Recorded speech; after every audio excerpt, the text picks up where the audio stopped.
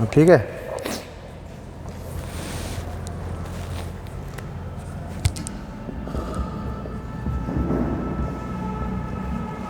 आज चूँकि इकोनॉमिक्स में हम लोगों का टॉपिक चल रहा है एग्रीकल्चर। पिछली क्लास में तो कुछ इसमें हो नहीं पाया था, आज हम लोग इसको स्टार्ट करते हैं। सबसे पहले तो हम लोग अब आज थोड़ा सा लिखते हुए चीज़ें चलते हैं, क्योंकि ये एग्रीकल्चर क्या है कि मोस्टली ये सब थ्योरेटिकल है। इसमें कुछ भी इसमें ऐसा तो है नहीं, जो भी कॉन्सेप्ट था इसमें कि कौन सी क्रॉप कहाँ होगी, ये सब चीज़ें जो कॉन्सेप्ट है वो मैं समझाता हूँ, वो बीच में चलूँगा, ठीक है।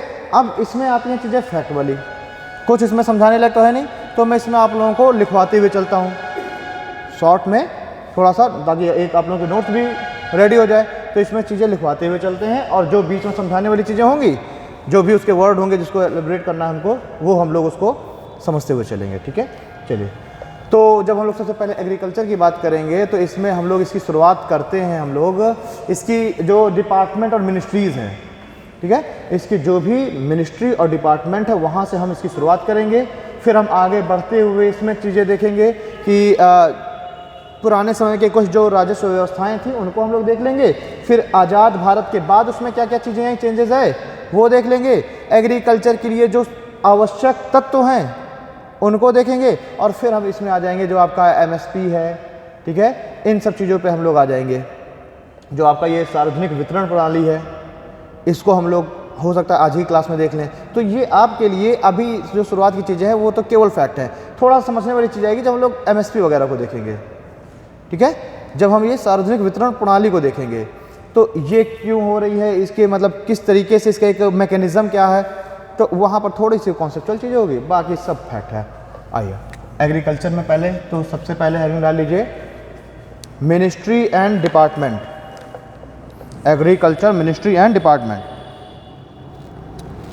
Agriculture ministry and department.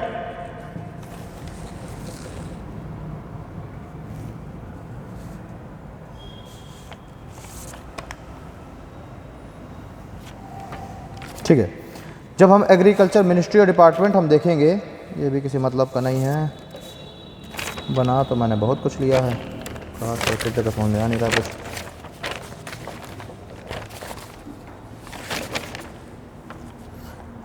जिसको अगर ज़्यादा ऐसी इच्छा जगे तो मुझसे मांग भी सकता है, मैं उसको दे दूँगा,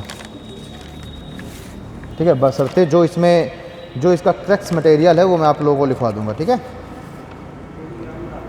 हाँ, टेलीग्राम में, अच्छा ठीक है, चलिए खैर, हाँ ऐसा किया जा सकता है, टेलीग्राम में व्हाट्सएप में डाल दें। तो सबसे पहले तो आपका क्या लिखना है, आपको एग्रीकल्चरल मिनिस्ट्री एंड डिपार्टमेंट। तो अब जब हम एग्रीकल्चर मिनिस्ट्री को देखेंगे तो इसके हम लोग देखेंगे कि जो इसके अप्लाइड सेक्टर्स हैं, एग्रीकल्चर इसके जो अप्लाइड सेक्टर है उन सभी को हम साथ में करते हुए चलेंगे। तो इसको दो भागों में बांट के हम लोग देखेंगे। एग्रीकल्चर का जो डिपार्टमेंट है एग्रीकल्चर, और इसके जो अलाइड सेक्टर्स हैं, इनको हम लोग क्या करेंगे, इसको जो है दो सेक्टर्स में बांट के पढ़ेंगे, दो अलग अलग सेगमेंट में। पहला तो जो इसका सेक्टर हो गया, वो मिनिस्ट्री जो है वो कहलाती है आपकी मिनिस्ट्री फॉर एग्रीकल्चर। देखिए, ministry for agriculture and farmer welfare.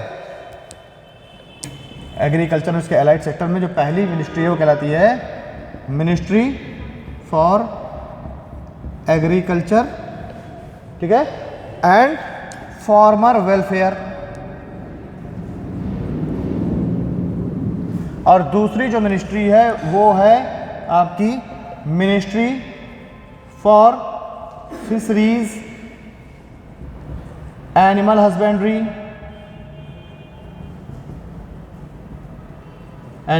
और डेयरीज। ये दो मिनिस्ट्रियाँ मैंने कल आपको एक बात बताई थी, पहले एक ही मिनिस्ट्री हुआ करती थी, एक ही एग्रीकल्चर मिनिस्ट्री थी जो कि सारा का सारा काम करती थी। लेकिन अब क्या है, ये जो मिनिस्ट्री है अब ये दो भागों में इसको बांट दिया गया है, ठीक है। एक तो हो गया ministry for agriculture and farmer welfare, और दूसरी है ministry for fisheries, animal husbandry and dairies. अब ये जो मिनिस्ट्रीज़ हैं, इन मिनिस्ट्रीज़ को भी क्या किए गए हैं, इनके भी कुछ डिपार्टमेंट बांटे गए हैं। इन दोनों अलग अलग मिनिस्ट्रीज से क्या किए गए हैं, डिपार्टमेंट बांटे गए हैं। तो जो मिनिस्ट्री फॉर एग्रीकल्चर वाली है उसका एक डिपार्टमेंट है department of agriculture, department for agriculture cooperation and farmer welfare, इसका डिपार्टमेंट है department of agriculture cooperation and farmer welfare.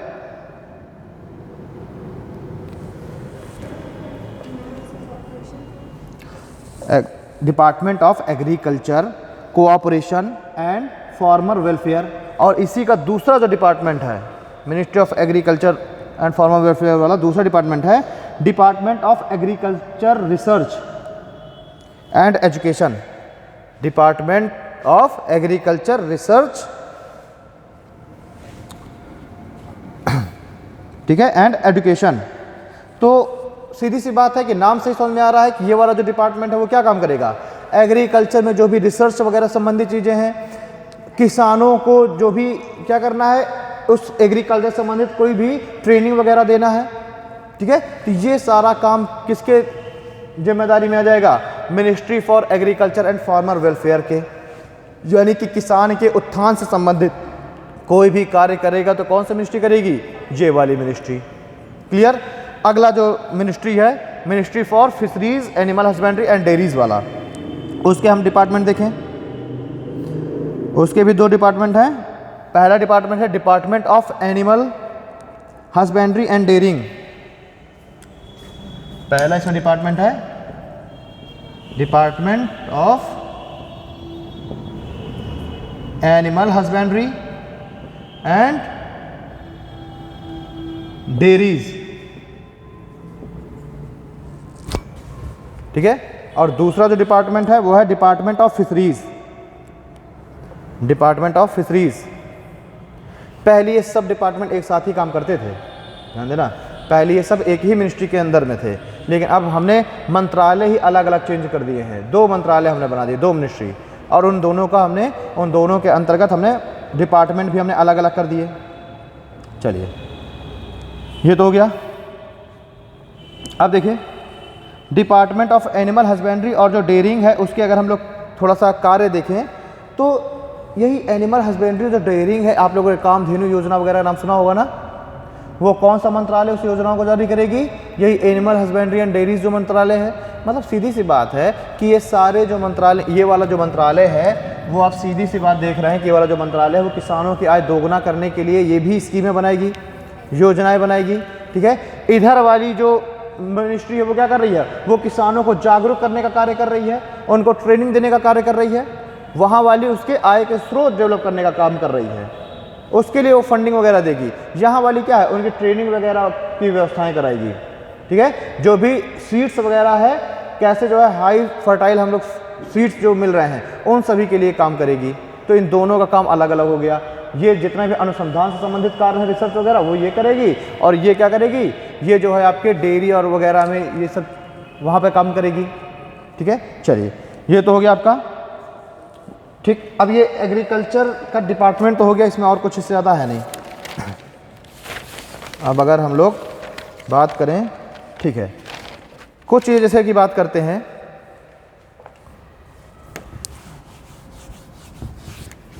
अगर हम एक चीज़ देखते हैं कि सबसे ज़्यादा जो एम्प्लॉयमेंट है, सबसे ज़्यादा जो एम्प्लॉयमेंट है वो किस फील्ड में है, प्राइमरी सेक्टर में, सीधी सी बात है। सबसे ज़्यादा एम्प्लॉयमेंट आपका एग्रीकल्चर फील्ड में है, ठीक है। लेकिन अगर हम बात करें कि सबसे ज़्यादा जो जीडीपी है, सबसे ज़्यादा जीडीपी कौन सा सेक्टर जीडीपी में सबसे ज़्यादा रोल निभाता है, सर्विस सेक्टर, ठीक है। लेकिन वहीं पर अगर हम जीडीपी में देखें कि सबसे ज़्यादा जीडीपी कौन से सेक्टर निभा रहा है, टर्सरी सेक्टर, मीन्स की सर्विस सेक्टर, ठीक है। या और अगला पॉइंट इसी में डालिए, एक तो ये हो गया एम्प्लॉयमेंट सबसे ज़्यादा एग्रीकल्चर में है और जीडीपी सबसे ज़्यादा सर्विस सेक्टर वो करती है। अगला अगर हम लोग पॉइंट देखेंगे तो वो क्या है, इकोनॉमी के लिए सबसे इम्पोर्टेंट सेक्टर कौन सा है, इकोनॉमी के लिए, इकोनॉमी के लिए सबसे इम्पोर्टेंट सेक्टर कौन सा है, इंडस्ट्री सेक्टर, यानी जो सेकेंडरी है वो किसके लिए सबसे इम्पोर्टेंट है, ठीक है, डेवलपमेंट के लिए। भाई डेवलपमेंट तो तभी होगा ना जब इंडस्ट्रीज ज़्यादा होंगी। क्या टर्सरी सेक्टर के बदौलत हम लोग कह सकते हैं कि इंडिया बहुत डेवलप कंट्री है, वैसे हम सर्विस सेक्टर में सबसे ज़्यादा हैं। जितने भी देश की पूरे विश्व की जितनी भी कंपनियां सारे सब का सब कॉल सेंटर कहाँ खोलती हैं? भारत में। किसको टेंडर देती हैं? भारत को, क्योंकि सर्विस सेक्टर में हम ऑलरेडी सबसे आगे हैं। लेकिन फिर भी क्या इंडिया डेवलप्ड कंट्री है? नहीं। तो इंडिया डेवलप्ड कंट्री कब कहलाएगा? जब इंडस्ट्री में उसका अच्छा खासा योगदान हो। ठीक है, चलिए अगला देखें, अगला पॉइंट लिखिए, जीवन के लिए सबसे महत्वपूर्ण सेक्टर कौन सा हो जाएगा? Primary sector. जीवन के लिए सबसे महत्वपूर्ण कौन सा हो जाएगा? Primary sector. ये तो कुछ ऐसे नॉर्मल बातें हो गई। अब है हेडिंग डालिए, एग्रीकल्चर इन इंडिया, भारत में खेती। एग्रीकल्चर इन इंडिया यानी भारत में खेती। थोड़ा सा इसमें फैक्चुअल चीज़ें देख लेते हैं, कुछ पॉइंट्स। एग्रीकल्चर इन इंडिया यानी भारत में खेती। कुछ पॉइंट बना करके इसको लिखते हुए चलिए। जैसे कि जो ये एग्रीकल्चर है, ये क्या है? भारत में सबसे बड़ा निजी क्षेत्र। एग्रीकल्चर में सबसे बड़ा निजी क्षेत्र कि कहाँ है? भारत में ही है सबसे बड़ा निजी क्षेत्र। अरे निजी क्षेत्र का मतलब क्या है भाई? अगर हम सर्विसेज को देखें तो सर्विसेज भी कुछ किस में आ जाती हैं? पब्लिक में आ जाती है ना। इंडस्ट्रीज भी सबसे पब्लिक में है। लेकिन अगर हम एग्रीकल्चर को देखें, प्राइमरी सेक्टर को देखें, ये क्या है? सबसे ज़्यादा निजी क्षेत्र में है। क्या गवर्नमेंट की कोई एग्रीकल्चर लैंड देखे होगा जिसमें सरकार जो है खेती करा रही है? नहीं। तो यही तो कह रहा है कि सबसे ज़्यादा जो निजी क्षेत्र है वो किसमें है? एग्रीकल्चर के अंतर्गत है, यानी प्राइवेट सेक्टर में सबसे बड़ा जो निजी क्षेत्र है। ठीक है, चलिए अगला पॉइंट देखिए इसमें। इसी तरह जो एग्रीकल्चर है यानी प्राइमरी सेक्टर है, इसको बस पॉइंट डालते हुए शॉर्ट में लिखते हुए चलिएगा। ये आप लोग शॉर्ट में आप लोग लिखेंगे, अपने आप एलिब्रेट आप अपने आप कर लेंगे। ठीक है, तो सबसे बड़ा निजी क्षेत्र प्राइमरी। सबसे बड़ा असंगठित क्षेत्र क्या है? अनऑर्गेनाइज्ड। अनऑर्गेनाइज्ड का मतलब क्या है? हाँ, मैं कह सकता हूँ असंगठित है। कोई इसका भरोसा नहीं है कि कब इसमें लगा हुआ व्यक्ति बेरोजगार ना हो जाए। भाई अगर आप मान लीजिए कोई एग्रीकल्चरल मजदूर है, उसका कोई भरोसा है क्या कब वो जो है बेरोजगार ना हो जाए? ठीक है, तो सबसे जो बड़ा असंगठित क्षेत्र है वो कौन सा है? एग्रीकल्चर। ठीक है, कृषि। सबसे बड़ा असंगठित क्षेत्र भी यही प्राइमरी सेक्टर है, यानी कि एग्रीकल्चर है। ठीक है, अगला देखिए। हम लोग देखते हैं कि एग्रीकल्चर तो दिन पर दिन एग्रीकल्चर जो है क्यों डाउन हो रहा है। ठीक है, सबसे पहले तो हम देखें कि जो हमारा एग्रीकल्चर है, भारत की जो खेती है वो किस पर डिपेंड है? अभी भी मोस्टली खेती 66% जो खेती है वो किस पर डिपेंड है? मानसून पे। अभी भी भारत की जो 66% जो एग्रीकल्चर है, कृषि है, वो किस पर डिपेंड करती है? मानसून पे। तो जब हम मानसून पर हम 66% डिपेंड करते हैं तो स्वाभाविक सी बात क्या है कि मानसून की दिन पर दिन क्या हो रही है? अनियमितता आ रही है। सिंचाई के साधन अभी भी हम उस लेवल पर डेवलप नहीं कर पाए, जबकि हम लगातार सिंचाई के साधन डेवलप कर रहे हैं, लेकिन अभी भी उस लेवल पर डेवलप नहीं कर पाए हैं कि हम ये कह दें कि हम जो है मानसून पर अब हमारी निर्भरता कम हो गई है। यानी कि अभी भी 66% जो हमारी जो एग्रीकल्चर है यानी कि प्राइमरी जो सेक्टर है वो किस पर डिपेंड कर रहा है? मानसून पे। और मानसून क्या है? भारत में इस समय मानसून की अनियमितता, हर साल अनियमितता बढ़ रही है। तो इसी कारण से जो एग्रीकल्चर जो सेक्टर है ये क्या हो रहा है? इसका लगातार इसमें डाउनफॉल हमको देखने के लिए मिल रहा है। ठीक है, तो इसमें एक पॉइंट डाल करके इसी में साथ में लिख लीजिए, इसी के नीचे भारत में 66% एग्रीकल्चर, भारत की 66% एग्रीकल्चर यानी कृषि, 66% कृषि अभी भी मानसून पर निर्भर करती है। अभी भी मानसून पर ही निर्भर करती है। यही कारण है कि मानसून की बढ़ती हुई अनियमितता के कारण, मानसून की बढ़ती हुई अनियमितता के कारण भारत में प्राइमरी सेक्टर का ह्रास हो रहा है। भारत में प्राइमरी सेक्टर का ह्रास हो रहा है। ठीक है, अगला देखें हम लोग। ठीक है, अब एक हेडिंग डालिए, Indian economy during independence, Indian economy during independence, Indian economy during independence यानी स्वतंत्रता के समय भारत की जो ये इकोनॉमी थी, जो अर्थव्यवस्था थी, उसका क्या स्तर था, वो कहाँ पर थी, और आज की डेट में आफ्टर इंडिपेंडेंस आज की डेट में एक कहाँ पर है। ठीक है, इन दोनों में हम एक थोड़ा सा कभी कभी आपसे कंपेयर टू उसमें पूछ लेता है, कथन और कारण में पूछ लेगा। ठीक है, इन सब चीज़ों में पूछता है वो, तो दोनों चीज़ें थोड़ा सा पॉइंट्स क्लियर होने चाहिए। तो इंडियन इकोनॉमी ड्यूरिंग इंडिपेंडेंस, उसमें पहला पॉइंट आ रही है जीडीपी में कृषि का योगदान, जीडीपी में कृषि का योगदान 50% था। जीडीपी में कृषि का योगदान 50% था उस समय, जब ड्यूरिंग इंडिपेंडेंस, जब इस समय स्वतंत्रता आंदोलन वगैरह सब चल रहे थे, उस समय इकोनॉमी में कृषि का योगदान कितना था, 50%। ठीक है, अगला लिखिए, अगला पॉइंट इसमें डालिए, अगला पॉइंट डालिए 2/3 से अधिक जनसंख्या कृषि पर निर्भर थी। 2/3 से अधिक जनसंख्या कृषि पर निर्भर थी।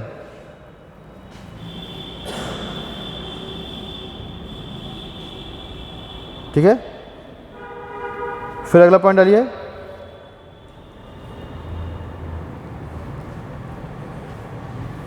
अगला पॉइंट डालिए।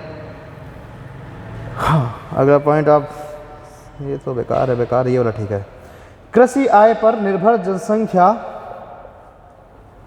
कृषि आय पर निर्भर जनसंख्या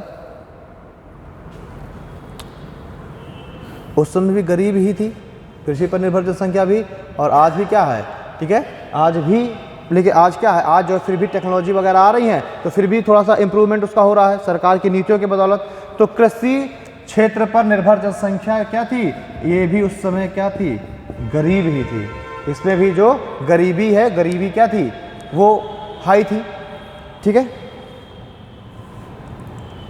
उद्योग और सेवा क्षेत्र में रोजगार की क्षमता कम थी, रोजगार और सेवा क्षेत्र, क्योंकि मोस्टली लोग एग्रीकल्चर पर ही डिपेंड थे, तो उद्योग एवं सेवा क्षेत्र की रोजगार की क्षमता कम थी।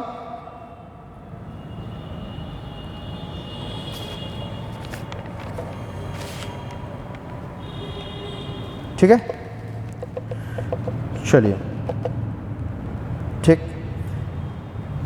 हाँ, अब जैसे अगर हम लोग देखें कि उस समय भी कुछ बिफोर इंडिपेंडेंस, अगर हम देखें बिफोर इंडिपेंडेंस और आफ्टर इंडिपेंडेंस, हम देखते हैं तो कुछ लैंड रिफॉर्म्स उस समय भी हो रहे थे, रिफॉर्म्स एग्रीकल्चर फील्ड में, और कुछ रिफॉर्म्स अभी भी हुए। तो अगर हम बिफोर इंडिपेंडेंस के कुछ रिफॉर्म्स की बात करते हैं, तो हम लोगों ने 3 रिफॉर्म्स बहुत हम लोगों ने पढ़े हुए हैं, और उनको हम लोग मोस्टली पढ़ते हैं हिस्ट्री में। ठीक है, तो आज हम लोग थोड़ा सा इसकी चर्चा यहाँ पर करते हैं, बाकी डिटेल में पढ़ेंगे हम इतिहास में। ठीक है, तो बिफोर इंडिपेंडेंस यानी स्वतंत्रता के पहले, देखो अभी तो तुम लोगों को लग रहा होगा सर क्या पढ़ा रहे हैं, अभी एक ट्रैक पे चीज़ें आ नहीं पा रही, अभी ये सब फैक्चुअल डेटा है, कहाँ से मैं ढूंढ के उसको कि क्या क्या बताया जाए।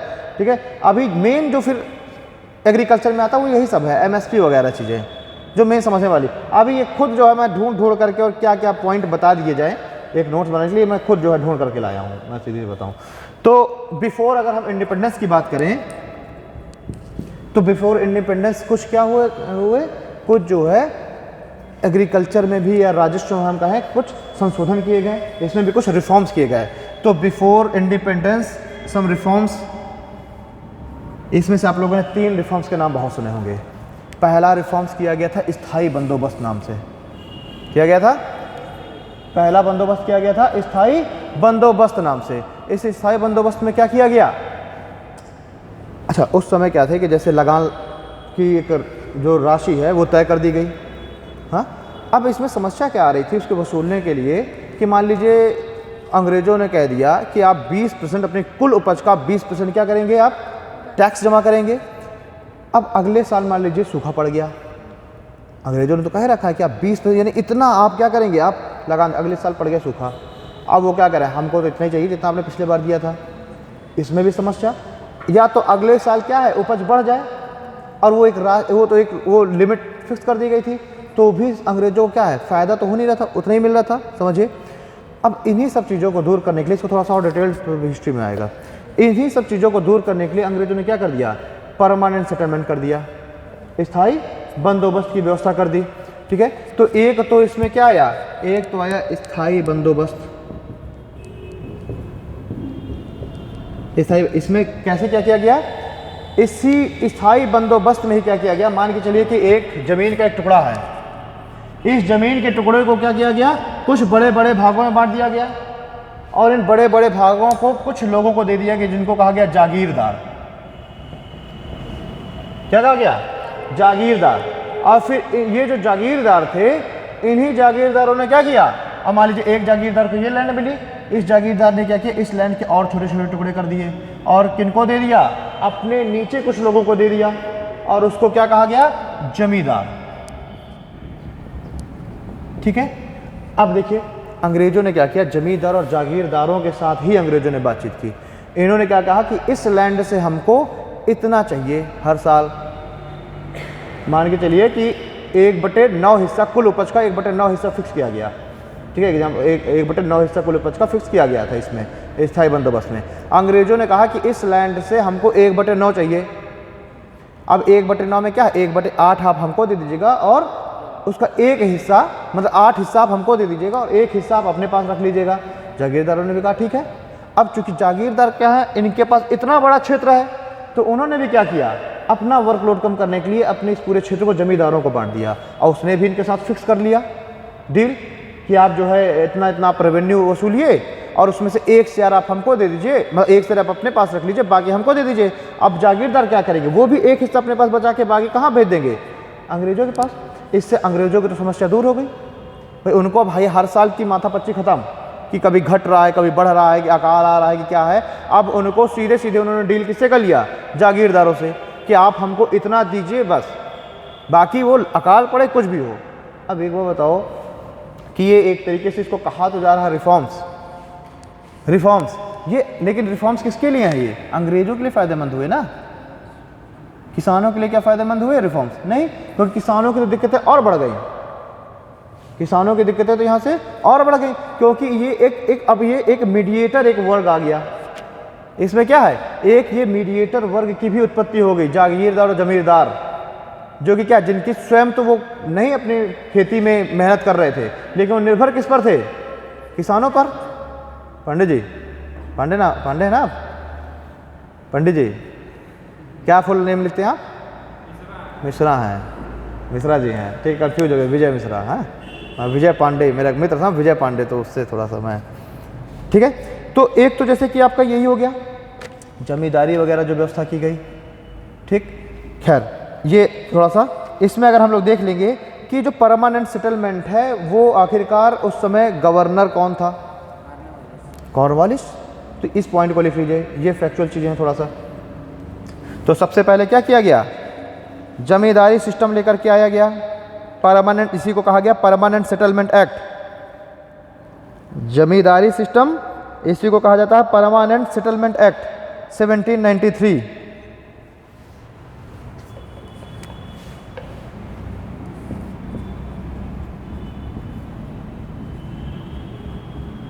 Land revenue system.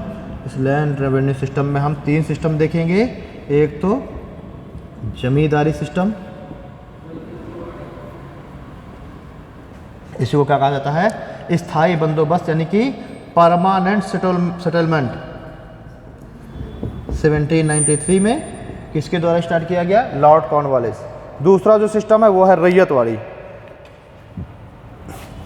वो है रैयतवाड़ी। अच्छा, इसका जरा सा क्षेत्र भी थोड़ा सा लिख लीजिए, स्थायी बंदोबस्त वाला क्षेत्र, मुख्य क्षेत्र क्या रहा इसका, मुख्य क्षेत्र तो रहा बिहार, बंगाल और उड़ीसा। मेन इसका एरिया जहाँ पर इसको लागू किया गया, कहाँ पर लागू किया गया था, बंगाल, बिहार और उड़ीसा के क्षेत्रों में, ठीक है। इस पर रेवेन्यू की जो दर है वो कितनी आरोपित की गई थी, 1/9। 1/9 जो है इसमें रेवेन्यू की जो दर है वो डिसाइड की गई थी, 1/9 हिस्सा कुल उपज का। आपके पास 10 किलो अगर होता है तो उसका 1/9 करके आप हमको दीजिए, ठीक है। चलिए, तो ये चीज़ हो गई स्थायी बंदोबस्त, बंगाल, बिहार, उड़ीसा। अब आता है रैयतवाड़ी। रैयत का मतलब होता है किसान, ठीक है। अब जब ये देखा गया कि ये जो स्थायी बंदोबस्त है, परमानेंट सेटलमेंट है, उसमें भी देखिए पहले तो अंग्रेज़ों ने इसको फिक्स कर दिया, ठीक, अपनी हेडेक खत्म करने के लिए 10 साल के लिए मान लीजिए सीधे ज़मींदार को बोल दिया गया, टेंडर दे दिया गया। अब 10 सालों के लिए बिल्कुल से निश्चिंत अंग्रेज़, अब 10 साल के लिए अब ये नहीं है कि भाई अगले साल पैसा आता है कि नहीं आता, हाँ कोई समस्या, अब वो 10 साल के लिए बिल्कुल निश्चित हो गए कि अगले 10 साल तक हमको इतना पैसा मिलेगा, उसी हिसाब से वो क्या करेंगे, अपना सारा जो मैनेजमेंट है वो करेंगे, ठीक है। लेकिन अब यहाँ पर भी देखिए समस्या आने लगी धीरे धीरे, क्योंकि ये जो मीडिएटर वर्ग जो उगाए थे, अब ये बीच में गेम करने लग गए, ये बीच में अब गेम करने लग गए, क्योंकि ये क्या कर रहे हैं, ये मान लीजिए किसी साल फसल का उत्पादन बढ़ गया, समझिए फसल का उत्पादन बढ़ गया, अब इन्होंने तो कुल उपज का अंग्रेजों ने 1/9 फिक्स कर रखा है ना, तो ये तो क्या करेंगे, बढ़े हुए का भी 1/9 लेंगे। लेकिन अंग्रेजों को पिछले साल मान लीजिए दिया था घटे हुए पर 1/9, तो अंग्रेजों को कितना देंगे, वही पिछले रेट पे देंगे ना, बढ़ा हुआ रेट तो देंगे नहीं अंग्रेजों को। एक तो ये समझ अंग्रेज देखने लगे, कह रहे वाह जो ये जमींदार हैं तो दिन पर दिन पैसे वाले होते चले जा रहे हैं। तब इसका जब देखा गया कि आखिरकार क्या है कारण, तो पता चला कि यही है बस, कि बढ़ी हुई जो दर पर जो लगान वसूला जा रहा है वो नहीं जमींदार भेज रहे हैं अंग्रेजों के पास, ठीक है। चलिए, तो अब ये जब सारी समस्याएं आने लगी तो अब अंग्रेजों ने कहा कि यार ऐसा ना चल पाएगा, अब इन जमींदारों को बीच से हटाया जाए, जो ये मीडिएटर्स हैं इनको क्या कर दिया जाए, अब बीच से हटाया जाए, क्योंकि ये तो केवल वही लोग हैं ना जो बीच में कमीशन खा रहे हैं। तो अंग्रेजों ने कहा कि अब हम सीधे डील किससे करेंगे, किसानों से, और यही जो व्यवस्था है ये क्या कहलाई, यही कहलाई रैयत वाली व्यवस्था, ठीक है। तो लिखिए जमींदारी सिस्टम 1829 में, जमींदारी सिस्टम कब लाया गया, 1829 में, ठीक है। इसके बारे में देखें, थॉमस मुनरो 1820 में इसका एक्ट लाइन लगाया गया था, फिक्स इसको किया गया 2829 में जाके। थॉमस मुनरो और अलेक्जेंडर रीड, थॉमस मुनरो और अलेक्जेंडर रीड ने इसकी क्या की, शुरुआत की। थॉमस मुनरो और अलेक्जेंडर रीड ने क्या की, इसकी शुरुआत की। इसमें राजस्व सीधे जमींदारों से ही वसूला जाता था, ठीक है। इसमें राजस्व सीधे जमींदारों से ही वसूला जाता था, किसानों से, रैयतों से। इसमें राजस्व सीधे रैयत यानी कि किसानों से ही वसूला जाता था। इसके क्षेत्र हैं, इसके क्षेत्र लिख लीजिए, असम, मद्रास एवं बॉम्बे, असम, मद्रास एवं बॉम्बे, ठीक है। चलिए अगला आता है महालवाड़ी। ये बिफोर इंडिपेंडेंस के रेवेन्यू रिफॉर्म्स थे कुछ। महालवाड़ी,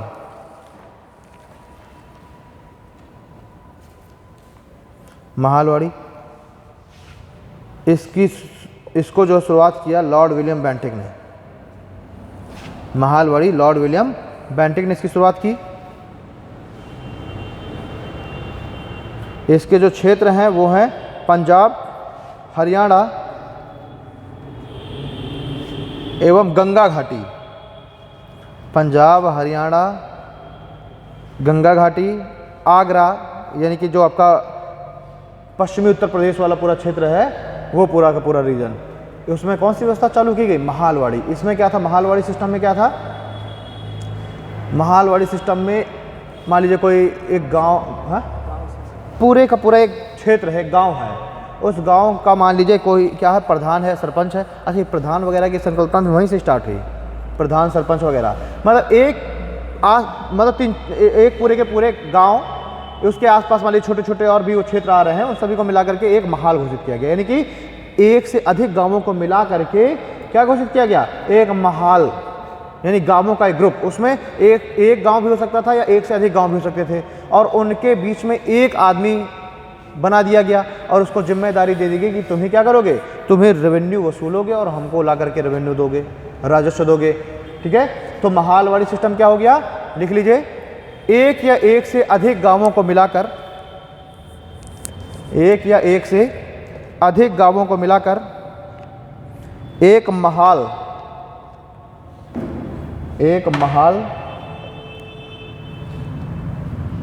बनाया गया, एक या एक से अधिक गांवों को मिलाकर एक महाल बनाया गया,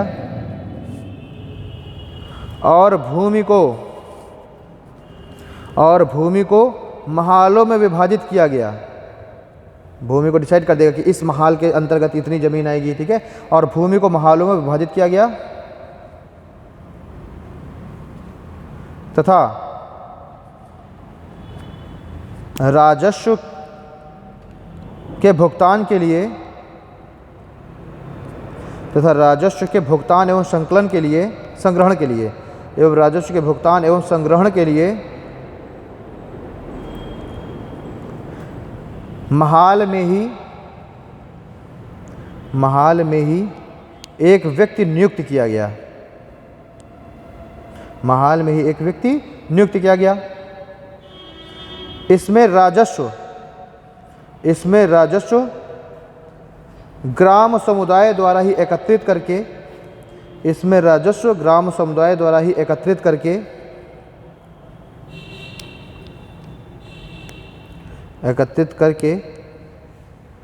किस अंग्रेज़ों तक पहुंचाने की जिम्मेदारी थी। इसमें ग्राम समुदाय द्वारा ही राजस्व एकत्रित करके अंग्रेज़ों तक पहुंचाने की जिम्मेदारी थी, या सरकार तक पहुंचाने की जिम्मेदारी थी। एक पॉइंट इसमें डाल लीजिए, ज़मीन पर मालिकाना हक किसान का ही था। ज़मीन पर मालिकाना हक किसान का ही था।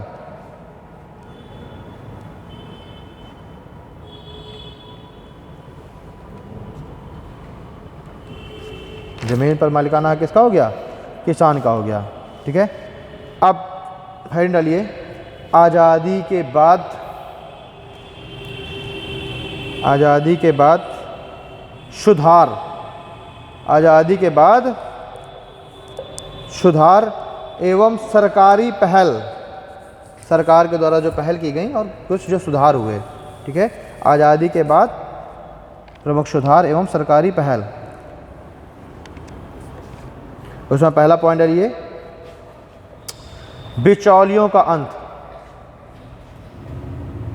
बिचौलियों का अंत यानी कि evolution of intermediaries.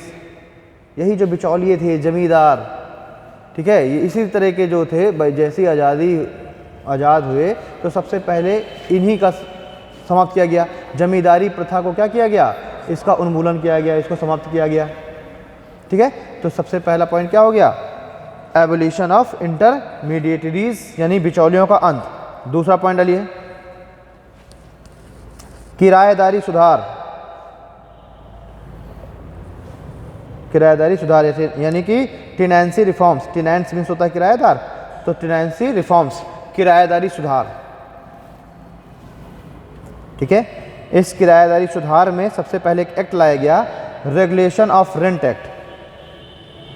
Regulation of rent act यानी कि किराए का विनियमन कानून। दूसरा कानून इसमें लाया गया, अभी लिख लो फिर उसके बाद मैं डिस्कस करता हूँ ये सब क्या है, ठीक है। पहला जो है रेगुलेशन ऑफ रेंट एक्ट, दूसरा है आपका सिक्योरिटी ऑफ टेन्योर यानी कार्यकाल की सुरक्षा, security of tenure.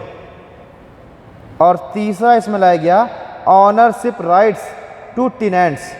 Ownership rights to tenants, tenants means किराएदार, ठीक है, यानी किराएदारों को मालिकाना हक। ऑनरशिप राइट्स टू टेनेंट्स यानी कि किराएदारों को मालिकाना हक।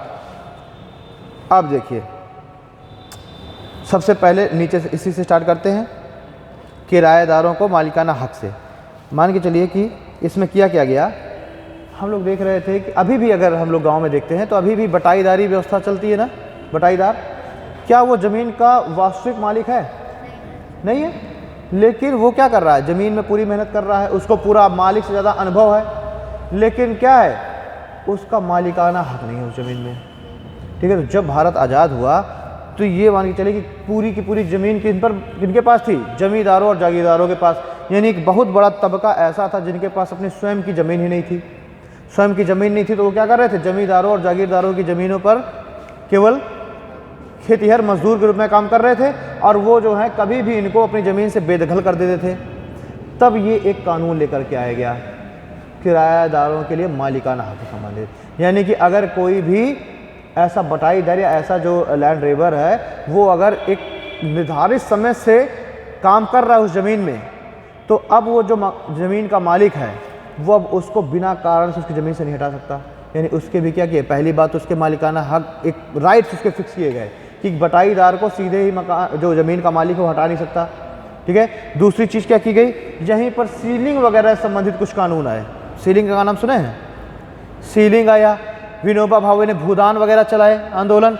सीलिंग में क्या किया जाता था कि मान लीजिए कि एक सीलिंग की एक वो फिक्स कर दी गई लिमिट कि, मैं बता रहा हूँ ना सीलिंग क्या है, एक क्या की गई, एक लिमिट फिक्स कर दी गई सीलिंग में। यानी कि एक किसान के पास, किसी एक व्यक्ति के पास अधिकतम इतनी ही ज़मीन हो सकती है। ठीक है। और उतनी ज़मीन छोड़ करके बाकी ज़मीन आपसे ले ली जाएगी और लेने के बाद जिन लोगों के पास ज़मीन नहीं है उनको क्या कर दिया जाएगा, बांट दिया जाएगा। तो ऐसा सीलिंग एक्ट भी आया भारत में। जो जमींदार वर्ग था या जिनके पास बहुत ज़्यादा ज़मीनें थी उनको क्या किया गया, अधिकतम 10 हेक्टेयर की पहले लिमिट लगाई गई थी। तो इतनी ज़मीन छोड़ करके बाकी ज़मीनें उनसे ले ली गई और यही जब ज़मीन उनसे ली गई इसी को कहते हैं सीलिंग। और फिर क्या किया गया, ऐसे लोगों में बांट दी गई जिनके पास अपनी स्वयं की ज़मीन नहीं थी, जो खेतिहर मजदूर के रूप में काम कर रहे थे। लेकिन लोगों ने भी, भारत के लोग हैं वो भी इसका तोड़ निकाले। सरकार ने कानून तो बनाया लेकिन लोग क्या करते हैं, अपनी बीवी के नाम कुछ ज़मीन ट्रांसफ़र कर दी, बेटे के नाम ट्रांसफ़र कर दी, बेटी के नाम ट्रांसफ़र कर दी, रिश्तेदार के नाम ट्रांसफ़र कर दी। एक व्यक्ति के पास नहीं होनी चाहिए ना ज़मीन। वो जो लिमिट फिक्स की गई इसमें सीलिंग में, एक व्यक्ति के पास नहीं थी ज़मीन होनी चाहिए, तो एक व्यक्ति के पास कहाँ है, वो तो अलग अलग लोगों के पास है ना। बट एक्ट लाया गया था, ठीक है, किरायादारों को मालिकाना हक दिलाने के लिए।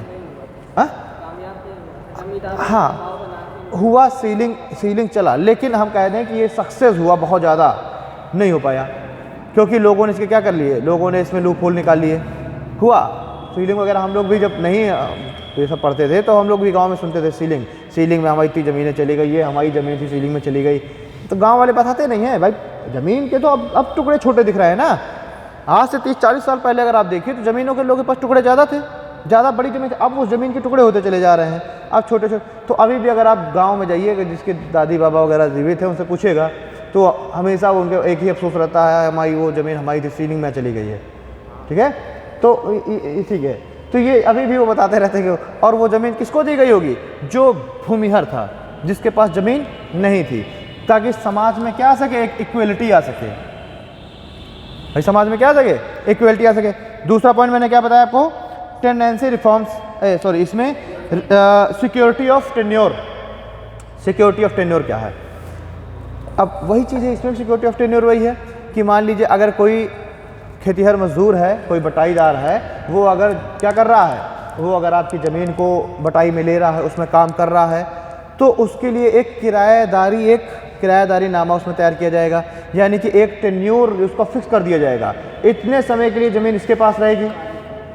ठीक है, और मालिक जो है ज़मीन का कभी भी ऐसा नहीं कर सकता कि कभी भी ज़मीन उठा कर दूसरे को दे दे। एक क्या है, पूरा टेन्योर फिक्स कर दिया जाएगा। अब जब भी वो अपनी ज़मीन को किसी दूसरे को बटाई पर देगा तो उसको पहले अपने पुराने बटाईदार से अनुमति लेनी पड़ेगी। ठीक है, अभी इसमें कुछ और भी एक्ट आए हैं। ठीक है, इसमें जब आप देखेंगे इसमें और भी इसमें एक्ट्स हैं। ठीक है, ये इसमें भी देखिए, अगर आगे बात होगी कल तो इसमें कुछ और मैं एक्ट लेकर के आऊँगा।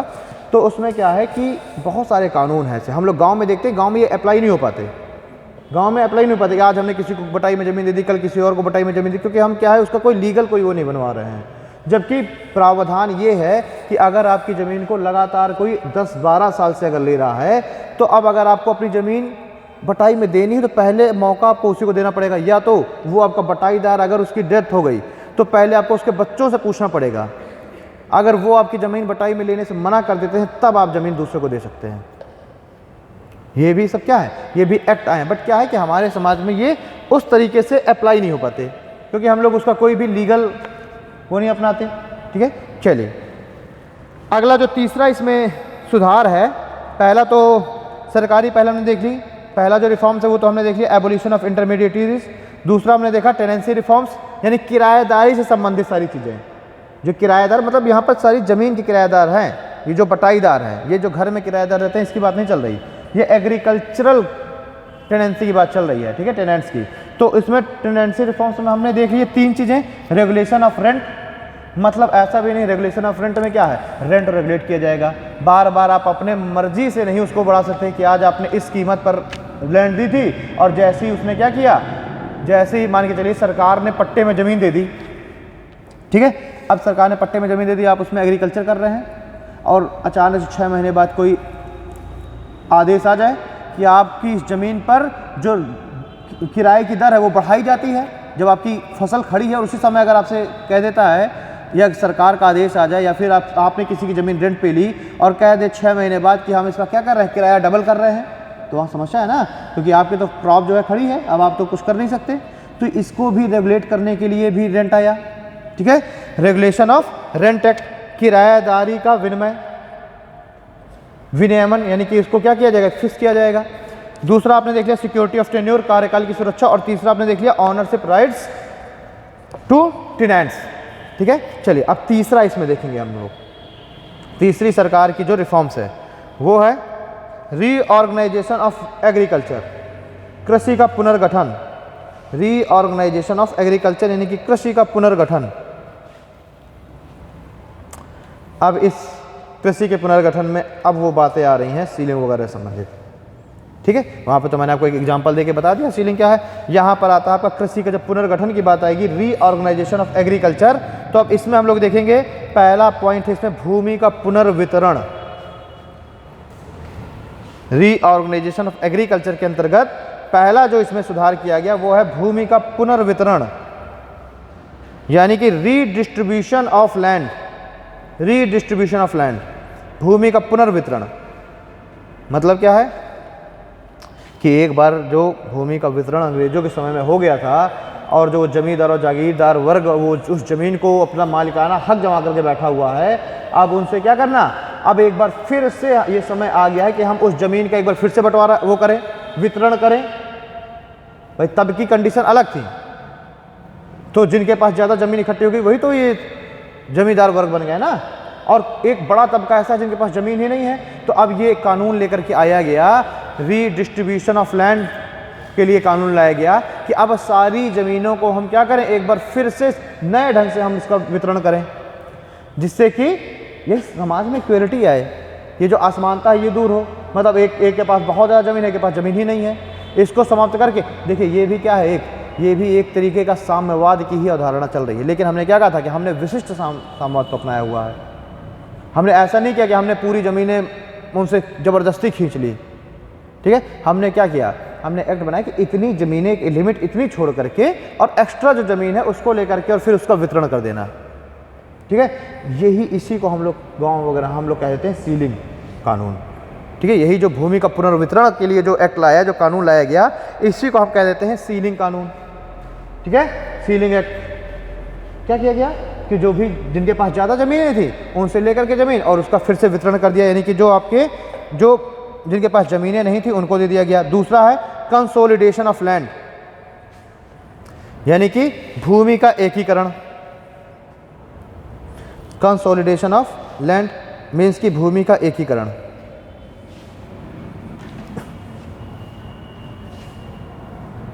अब इस भूमि के कंसोलिडेशन में भी क्या चीज़ें की गई, इस कंसोलिडेशन के ही अंतर्गत कुछ ज़मीनों को क्या किया गया, सरकारी ज़मीनों में घोषित कर दिया गया, कुछ ज़मीनें पंचायतों के अंतर्गत दे दी गई, कुछ पर क्या हुआ, सरकार का भी मालिकाना हक तय किया गया कंसोलिडेशन के अंतर्गत, ठीक है। अगला जो पॉइंट आता है, एक तो कंसोलिडेशन हो गया, एक आपका रीडिस्ट्रीब्यूशन ऑफ लैंड हो गया। अगला जो पॉइंट आता है वो आता है कोऑपरेटिव फार्मिंग, सहकारी खेती, कोऑपरेटिव फार्मिंग, सहकारी खेती, कोऑपरेटिव फार्मिंग यानी सहकारी खेती। देखिए सहकारी खेती या कोऑपरेटिव फार्मिंग की ज़रूरत क्यों पड़ी, कोऑपरेटिव फार्मिंग की ज़रूरत ही इसी वजह से पड़ी क्योंकि हमारे देश में जो ये जोत के आकार हैं, जो भूमि के आकार हैं, वो दिन प्रतिदिन क्या होते जा रहे थे, कम होते जा रहे थे। अब एक बात बताइए कि ये जो लैंड है, सपोज दैट ये लैंड पूरी की पूरी एक सिंगल लैंड हो, पूरी की पूरी एक ही लैंड मास हो, बड़ा सा एक टुकड़ा हो लैंड का, इसमें कृषि करना ज़्यादा एक तो आसान, फ़ायदेमंद और ज़्यादा जो है उर्वरक, मतलब ज़्यादा उत्पादन इसमें आपको मिलेगा कि अगर ज़मीन को इस तरीके से कर दिया जाए, छोटे छोटे टुकड़ों में बांट दिया जाए। क्या ज़्यादा सही है, ज़्यादा सही है ज़मीन का एक बड़ा सा टुकड़ा हो। एक तो उसमें लागत कम आएगी, ज़मीन का जितना बड़ा टुकड़ा होगा उतना उसमें क्या होगा, उतना उसमें लागत कमाएगी। भाई अगर जो छोटे छोटे, मान लीजिए एक एकड़ तुम्हारे पास ज़मीन है, 1 एकड़ इसके पास है, तीनों भाई हो, तीनों के पास 1 एकड़ ज़मीन है, तुम तीनों को अलग अलग उसमें मेहनत करनी है, ठीक है, तीनों को अलग अलग बार ट्रैक्टर हायर करना है, ठीक है, हर चीज़ आपको क्या करना, अलग अलग करना है, क्योंकि आपके जोत के आकार है छोटे। वही अगर आपके पास एक ही लैंड का बड़ा टुकड़ा हो तो क्या होगा, उसमें आपकी लागत कम आएगी, ठीक है। तो इसमें ये देखा गया कि भाई हमारा जो एग्रीकल्चर, जो ये प्राइमरी सेक्टर है, वो लगातार डाउन जा रहा है। क्यों डाउन जा रहा है, क्योंकि जनसंख्या में वृद्धि हो रही है और लगातार जो भूमि के टुकड़े हैं वो क्या होते जा रहे हैं। भाई जैसे जैसे जनसंख्या बढ़ रही है तो एक बाप के 2 ही बेटे हो गए, फिर उनके 2 हो गए, तो ज़मीन क्या होती है, सहकारिता खेती की जाती थी, साधन उपलब्ध ना होने के कारण। बात तो सुनो, मेरी बात तो सुनो, ठीक है। तो अब इसमें क्या किया गया कि छोटे छोटे जो लैंड मास हैं, इनमें क्या हो रहा था, एक तो उत्पादन कम हो रहा था, गवर्नमेंट ने क्या किया, कोऑपरेटिव खेती हम करेंगे, मिल करके सब लोग एक साथ खेती करेंगे, ठीक है, सब लोग मिल करके एक ही जो साधन है उन साधनों का प्रयोग करके और उस लैंड मास में एक साथ खेती की जाएगी। यही कहलाता है कोऑपरेटिव एग्रीकल्चर। जो ऋण किसान गरीब थे किसान, तो इनके पास ऋण मतलब एक साथ होकर ये ऋण इकट्ठा, मतलब हाँ यही भाई कोऑपरेटिव सोसाइटीज़ का गठन भी तो इसलिए हुआ। इनके पास हम लोग देखते हैं, देखिए कोऑपरेटिव सोसाइटी देखते हैं ना भाई, ये आखिरकार जो कोऑपरेटिव बैंक है ये भी कभी एक बड़ी छोटे स्तर पर कोऑपरेटिव सोसाइटी के रूप में स्टार्ट हुआ था, आज कोऑपरेटिव बैंक है। मान के चलिए अब 2000 इनके पास है, 2 इनके पास, 2 इनके पास है, दोनों के पास अलग अलग 2-2 हज़ार है, दोनों को खेती स्टार्ट करनी है ना, 2000 में अब ये कुछ कर पा रहा है ना ये कुछ नहीं कर पा रहे, लेकिन इन तीनों ने क्या किया, अपने पैसों को एक साथ मिला लिया, तो अब फंड बड़ा हो गया। फंड बड़ा हो गया तो अभी लोग क्या कर सकते हैं, वो जो उत्पादन के साधन है वो भी जुटा ले जाएंगे। इसी तरीके से जो कोऑपरेटिव सोसाइटीज़ जो स्टार्ट हुआ, क्या है, मान के चलिए कि किसी मोहल्ले में 10-20 परिवार रहते हैं, अब सबकी हालत इतनी अच्छी नहीं है उन पूरे मोहल्ले के 10-20 परिवारों की कि वो कोई बड़ा खर्च अगर अचानक से उनके सामने आ जाए तो अकेले उस खर्च को झेल ले जाएं। तो उन लोगों ने क्या किया, एक अपनी कोऑपरेटिव स्टार्ट की, सहकारी समिति स्टार्ट की। सब लोगों ने मिल करके 20 फैमिलियाँ, सब ने मिल करके 10-10 हज़ार रुपये डिसाइड किया कि हम इसमें क्या करेंगे, इस कोऑपरेटिव में हम लोग जमा करेंगे, अपनी कोऑपरेटिव सोसाइटी में हम लोग 10-10 हज़ार रुपये जमा करेंगे। तो मिला करके क्या हो गया, 2 लाख। अब मान के चलिए कि अचानक से मुझको ज़रूरत पड़ गई, मैं एक मेंबर हूँ कोऑपरेटिव सोसाइटी का, मुझे ज़रूरत पड़ गई अचानक से 1.5 लाख रुपए की आपातकालीन ज़रूरत, तो अब कहीं बाहर से हमको लेने जाने की ज़रूरत नहीं, हम क्या करेंगे, अपने उसी कोऑपरेटिव सोसाइटी से, सहकारी समिति से हम क्या करेंगे, उस पैसे को निकाल लेंगे 1.5 लाख, ठीक है। और फिर धीरे धीरे उसमें भी इंटरेस्ट लगता है लेकिन बहुत कम, ठीक है, और धीरे धीरे फिर हम उस पैसों को जमा करेंगे, अगली बार किसी और को ज़रूरत पड़ेगी वो निकाल लेगा। यही तो सका, यही धीरे धीरे बढ़ते बढ़ते क्या हो गए, बड़े रूप ले लिए, यही क्या बन गए, कोऑपरेटिव बैंक्स। जो आपका इफ़को है, एक समय इफ़को भी इसी तरह एक कोऑपरेटिव सोसाइटी के रूप में स्टार्ट हुआ था। इफ़को भी क्या है, एक समय इसी तरह गांव के कुछ लोगों के द्वारा कोऑपरेटिव, केवल 5 लोगों के द्वारा शुरू की गई थी इफ़को। आज जो है वो एशिया की सबसे बड़ी फर्टिलाइज़र कंपनी के रूप में दिख रही है हमको, ठीक है। अमूल, वो भी क्या थी, एक कोऑपरेटिव सोसाइटी। भाई अब अमूल कोऑपरेटिव सोसाइटी कैसे बनी, अब गांव के 10 दूध वाले हैं, वो अपना अलग अलग दूध लेकर के शहर जाएंगे, सबका खर्च हुआ, तो उन्होंने क्या किया, एक कोऑपरेटिव सोसाइटी बना दी, सारे गांव भर के दूध वाले एक ही जगह दूध इकट्ठा आके देने लग गए, और फिर अब एक ही आदमी उसको लेके शहर जा रहा है, खर्च कम हुआ। वही सेम चीज़ यहाँ पर एग्रीकल्चर के साथ, सब लोग अलग अलग उसमें खर्च करेंगे, कॉस्ट बढ़ेगी, प्रॉफिट घटेगा। तो क्या किया गया, कोऑपरेटिव हम लोग फार्मिंग करेंगे, कोऑपरेटिव एग्रीकल्चर करेंगे, जिसमें हम लोग क्या करेंगे, सब लोग मिल करके उसी एक ही साधन का प्रयोग करेंगे, जिससे सबका प्रॉफिट बढ़ेगा। बात समझ आ गई, ठीक है। तो ये तो कुछ रहे आज़ादी के बाद जो सरकार के द्वारा पहल स्टार्ट की गई। अच्छा, यहाँ पर एक पॉइंट आता है, लॉ ऑफ डिमिनिशिंग रिटर्न या उत्पत्ति ह्रास का नियम। ये क्या है, उत्पत्ति ह्रास का नियम, ये क्या होता है। आज एक्चुअली में ये जो उत्पत्ति ह्रास का जो नियम की संकल्पना है, ये आखिरकार ग्रीन रेवोल्यूशन के बाद ही आई। ये जो उत्पत्ति ह्रास के नियम की जो संकल्पना आई है, इसका उदय ही हुआ है ग्रीन रेवोल्यूशन के बाद। यानी कि जो ग्रीन रेवोल्यूशन है, इसके जो आउटकम्स निकल के आए, उन आउटकम्स के द्वारा ही इस एक लॉ को लेकर के आ गया, उत्पत्ति ह्रास के नियम को। ठीक है, अब इसमें क्या है, मैंने कहा कि ये आया ही ग्रीन रेवोल्यूशन के आउटकम्स के कारण है, उसके जो परिणाम है ग्रीन रेवोल्यूशन का, उसके कारण ये आया। ग्रीन रेवोल्यूशन की स्टार्टिंग क्यों की गई, क्यों लाया गया ये हरित क्रांति की शुरुआत क्यों की गई? ग्रीन खाद्यान्न के उत्पादन में वृद्धि करने के लिए, क्योंकि हम लोग उस समय क्या थे, खाद्यान्न के मामले में हम सेल्फ डिपेंडेंट नहीं थे, हम लोग इंपोर्ट काफ़ी कर रहे थे, कनाडा वगैरह से काफ़ी ज़्यादा हमारा इंपोर्ट था। तो सरकार ने क्या चलाया, ग्रीन रेवोल्यूशन की स्टार्टिंग की, हरित क्रांति, यानी कि खाद्यान्न का हम क्या करेंगे, उत्पादन करेंगे, और हमें अब बनना था आत्मनिर्भर।